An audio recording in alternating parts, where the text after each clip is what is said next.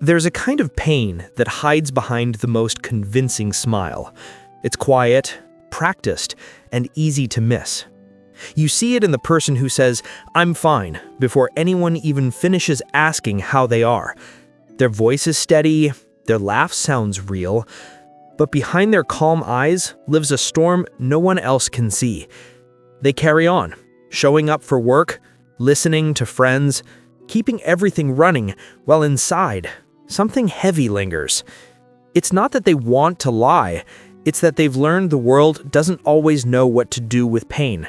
So they wear strength like a disguise, hoping it'll keep them safe, hoping it'll make things easier.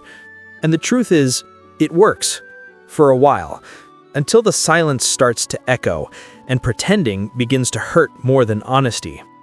These are the people who seem okay, who seem strong, but sometimes the strongest ones are just the best at hiding how much they're breaking. They say honesty sets you free, but for many, honesty was never safe. Long before they learned to hide their pain, they learned that showing it came with consequences. Maybe they grew up in homes where crying made things worse, where silence was rewarded and emotion was inconvenient, where being strong meant being quiet. So, little by little, they built walls, invisible but solid, made of smiles, jokes, and practiced composure. And somewhere along the way, they forgot how to take them down. Psychologically, this is what experts call emotional suppression, the habit of pushing feelings so far down that they begin to live beneath awareness. It doesn't happen all at once. It's gradual. You stop saying you're sad, you stop explaining why you're tired, you stop asking for help because you're tired of being misunderstood. Eventually, you stop believing your emotions matter at all. And in a world that praises strength and composure, no one notices you're disappearing behind your own mask. What's strange is that we reward this kind of pretending. We call it maturity, professionalism, resilience. We praise people who hold it together, who smile through pain, who never burden anyone with their problems. But we rarely ask what that costs. Because every time someone says, "I'm fine," when they're not, they're cutting a piece of themselves away just to fit in. They're choosing acceptance over authenticity, peace on the outside over chaos within. Over time, this becomes identity. You become the strong one, the reliable one, the listener, the caretaker. You help others fix their lives while quietly avoiding your own. You keep yourself busy so you don't have to think. You fill silence with laughter because silence feels too loud. And while everyone sees stability, inside there's a quiet exhaustion. Not the kind that sleep cures, but the kind that comes from constant pretending. The human brain isn't designed to suppress forever. Every unspoken word, every forced smile, every hidden tear builds tension beneath the surface. The body remembers what the mind denies. That's why suppressed emotion often shows up as stress, headaches, fatigue, or numbness. It's your body whispering what your heart can't say. Please stop pretending. And yet pretending feels safer. It gives a sense of control. If you can stay composed, maybe life won't fall apart. If you look okay, maybe people won't ask questions you're not ready to answer. If you keep smiling, maybe you'll start to believe it yourself. But that's the paradox. The longer you pretend to be okay, the harder it becomes to recognize what okay even means. There's a psychological term for this, emotional dissonance. It's when your outer behavior doesn't match your inner state. When you're laughing but aching, helping but hurting, existing but not really living. And over time, this disconnect erodes something essential. Your sense of authenticity. You start to feel like an actor in your own life, performing stability instead of experiencing it. Many people who live this way don't even realize they're suppressing. It's become automatic, a reflex. They deflect compliments, change topics, or make jokes when things get too real. They fear vulnerability because vulnerability once led to pain. And so they adapt.